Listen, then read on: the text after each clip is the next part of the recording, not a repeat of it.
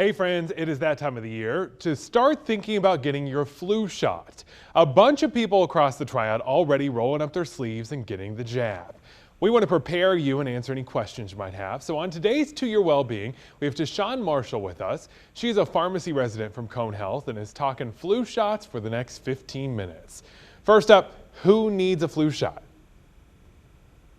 Good evening. Thank you for having me. So the flu shot is generally recommended for everyone 6 months and older.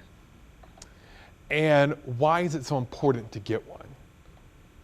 So the flu shot helps not only to prevent infection from the flu, but it can also help to prevent serious complications and hospitalizations, and even death in some cases.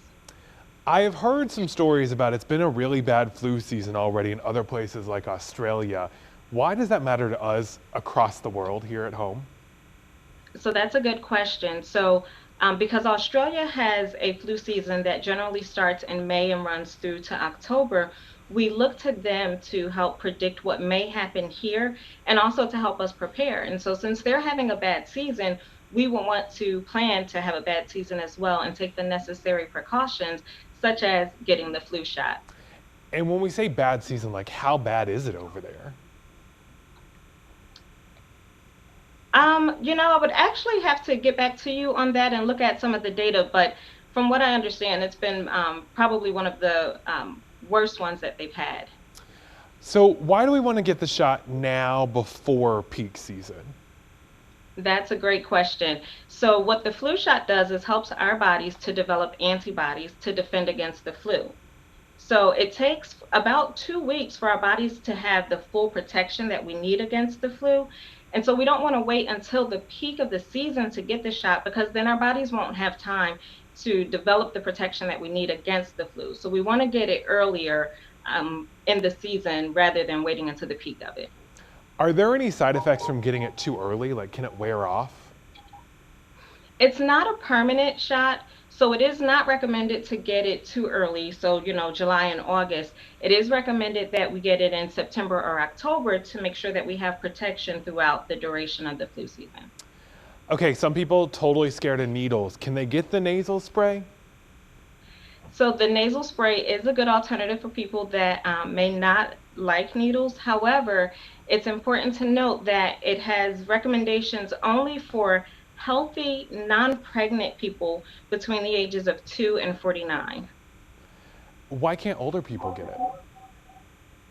Sometimes older people may have immune systems that are compromised, and so they may not be because the nasal spray is a live vaccine, and so if their immune systems are compromised in any way, it may actually cause the flu in them. So we want to avoid it in that population.